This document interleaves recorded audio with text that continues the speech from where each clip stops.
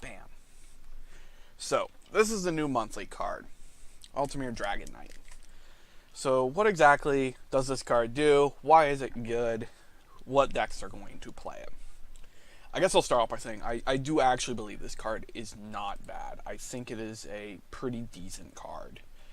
One of the big things with this card is that it gives Action Mage a kind of mid-rangier threat.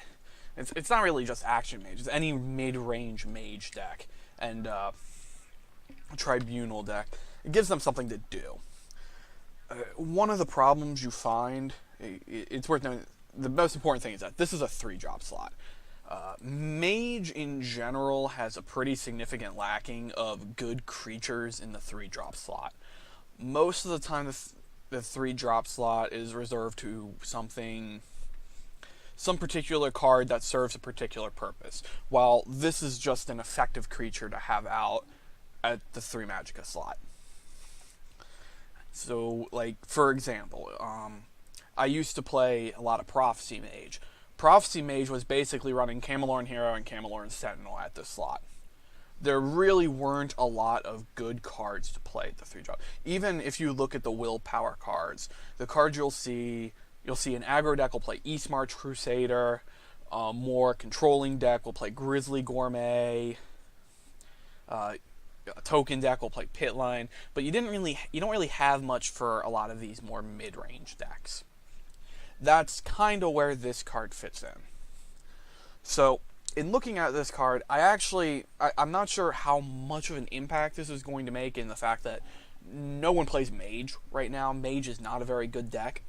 There were basically 2 good Mage decks at the time when Mage was played, and that was Action Mage and Prophecy Mage. Action Mage was actually utterly destroyed when they nerfed, let me quickly find the card and I'll swap over to show you all. Oh, where are you? No way, do I not have any? I know I have some. What card was it? What was it called? Like, Crystal Tower Crafter. That was a common, so yeah, I hope I have it. I'll quickly swap over so you guys can see it. So, Crystal Tower Crafter, right here. This card used to be a 2/2.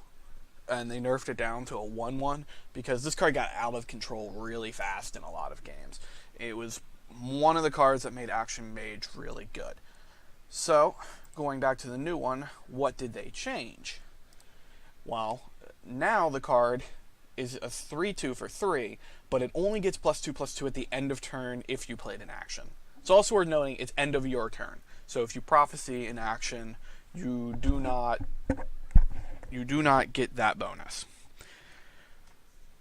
But saying that, I still think this card's really good. Mage plays a lot of cheap actions. Firebolts, executes. Some play Balthazar's Tinkering.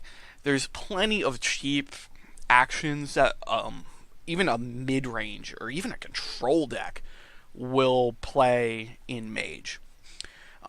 Pretty much Tribunal's the exact same. This is a good card in general. It's not going to define the game. I don't actually think this makes Action Mage good. I'm pretty sure the Burn Assassin deck's better. I'm not even sure I'd play this in my Prophecy Mage deck that I used to play. Here, let me quickly open up the list. If I still have the deck. Oh, I do still have the deck. Yeah, I don't see enough actions here to warrant playing this. So that's kind of where this stands. One of the biggest weaknesses of this card, it's the same thing with every single card that has 2 toughness and an ability. It dies to go ahead and open up my multicolor cards. It dies to Sorcerer's Negation. Sorcerer's Negation pretty much is a straight blowout on this card. It will always just kill this card. That's a problem because every deck that runs blue and purple plays a full set of Sorcerer's Negations. There's just no way around the fact that this will always die to a Sorcerer's Negation.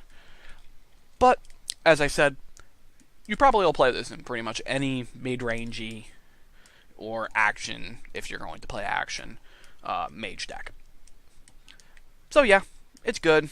I probably won't play it unless I can manage to kind of remake a Prophecy mage deck into something where this is useful. But have fun with it. I'm sure there will be plenty of brewers that have fun with it. Alright, on to the next card.